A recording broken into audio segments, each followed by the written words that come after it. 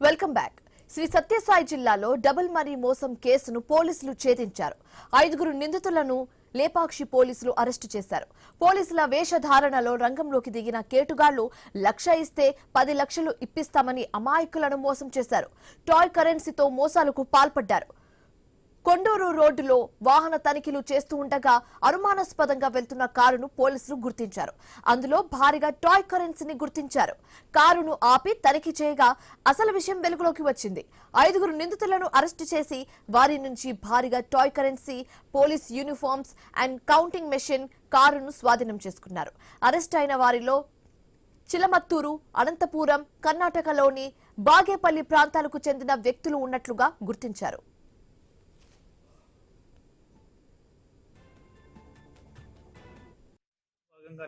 ముందస్తుగా ఉన్నటువంటి సమాచారం మేరకు ఆ వెహికల్ ని తనిఖీ చేయగా అది స్కార్పియో బండిగా గుర్తించడం జరిగింది.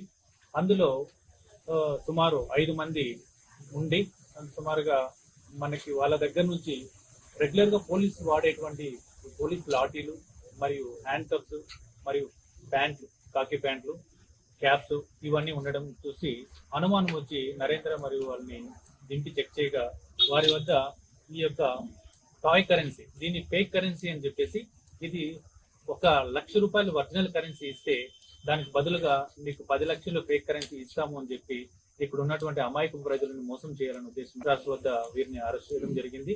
వీళ్ళని తనిఖీ చేయగా వీళ్ళని విచారించగా ఇందులో 3 చిలమత్తూరు గ్రామస్తులని, చిలమత్తూరు వాసువులు అని చెప్పి, మరి ఒకరు బాగేపల్లి, మరొకరు అనంతపురం అని చెప్పి తెలియదు.